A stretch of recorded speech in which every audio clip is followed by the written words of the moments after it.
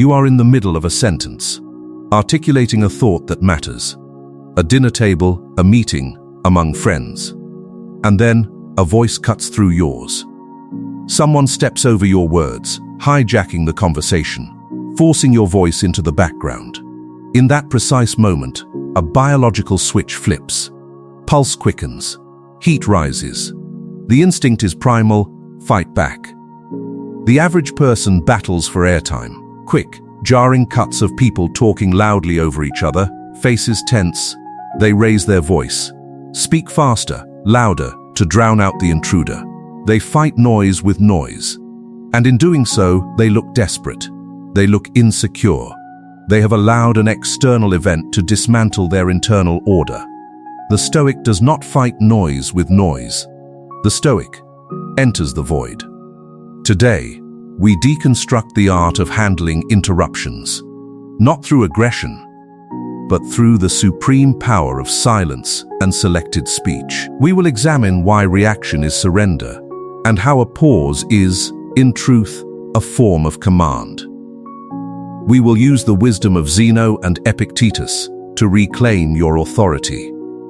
By the end, you will possess the precise language and the internal framework to ensure that when others lose control of their words, you remain the unshakable master of your own. To understand how to prevent someone from speaking over you, we must first map the landscape. This is the binary frame. On one side, the insecure interrupter. This person is volatile, terrified of silence. To them, a pause is a vacuum that must be filled with their own voice. They interrupt not from strength, but from a frantic need for validation. They believe dominating the conversation means dominating the room. On the other side, the observer. The Stoic archetype. Unmoved. The observer understands that true power does not scream. It whispers. When you are interrupted, the trap is to believe you have been defeated, that by stopping, you have submitted. We must reframe this immediately. Stopping is not submission. It is a tactical repositioning. This is what we call weaponized silence.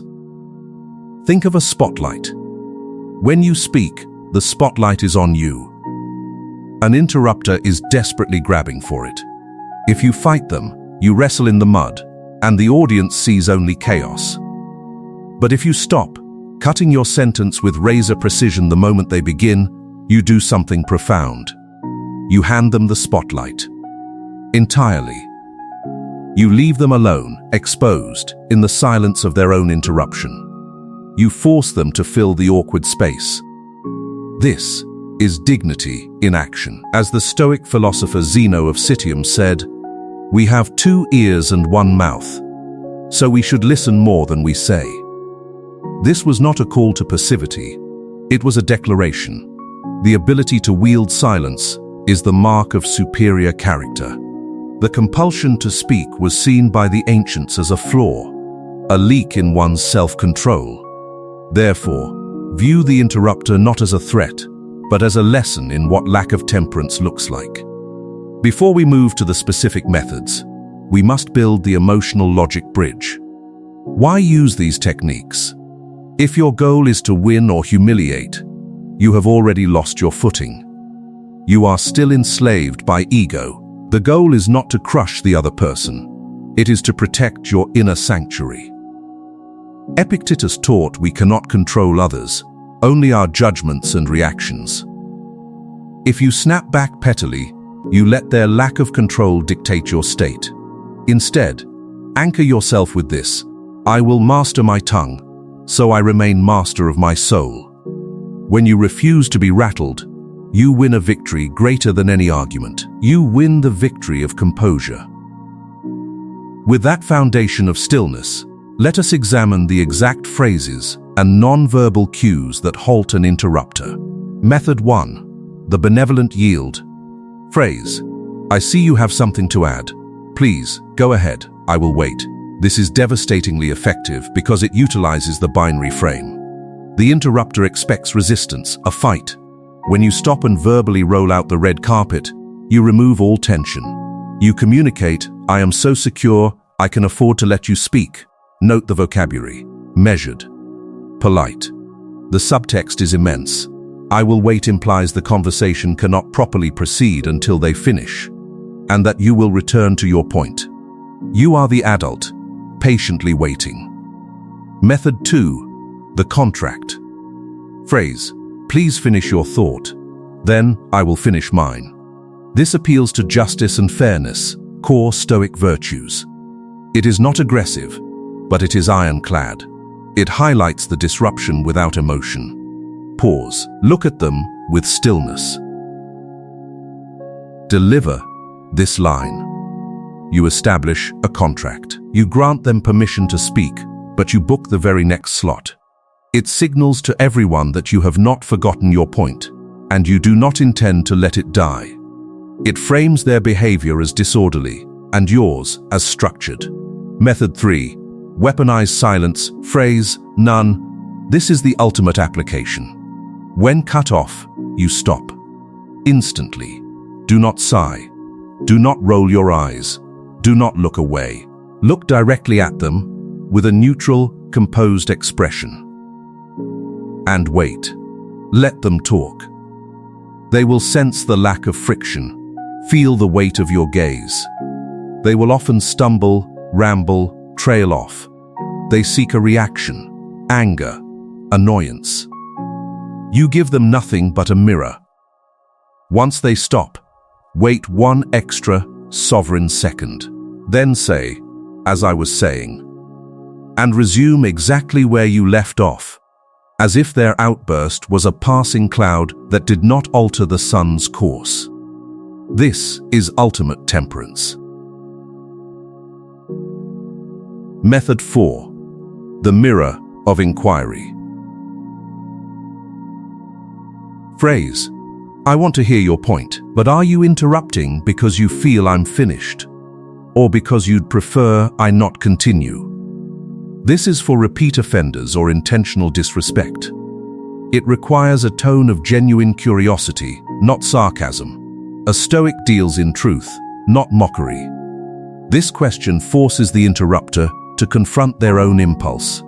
You bring a subconscious rudeness into conscious light. It acts as a speed bump for their rationality. Most will retreat. No, please, you continue. You reclaim authority without raising your voice. Method 5. The calm boundary. Phrase, I'm going to pause you there for a moment. I wasn't quite done. A misconception: Stoicism is not passive. It is active engagement with reality. Sometimes, reality requires a boundary. Use a calm, low-frequency voice. The key word is pause. It implies you have the remote control. I wasn't quite done is a statement of fact, not an emotional accusation. The average person says this with a whine, hey, I wasn't done. The Stoic states it with a flat, downward inflection. It signals you value your own words enough to protect them. Method 6.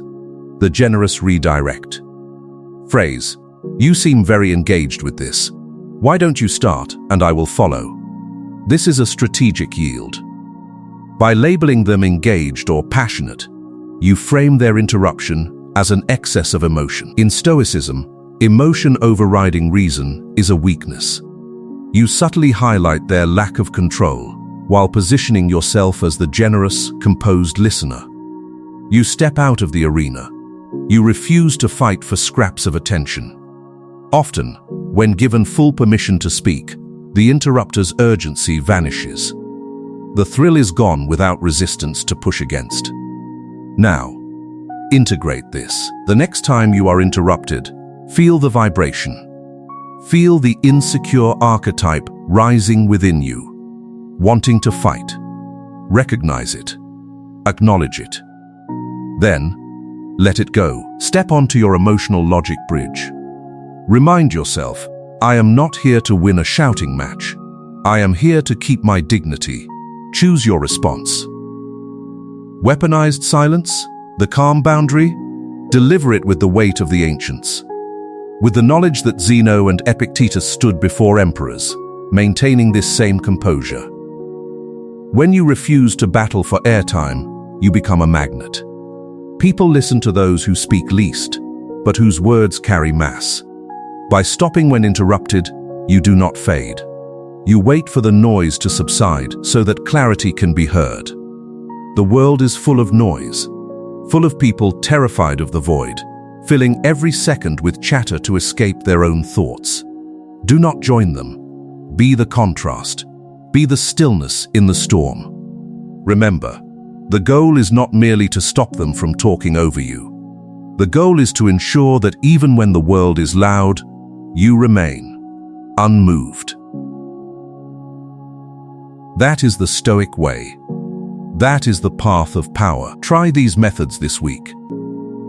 Observe. You will find that when you respect your own silence, the world begins to respect your speech. If you found value in this reflection and wish to join a community dedicated to wisdom and tempered action, subscribe. Leave the word composure below to signal your commitment to mastering this art. Stand tall, remain sovereign, and let your silence speak as loudly as your words.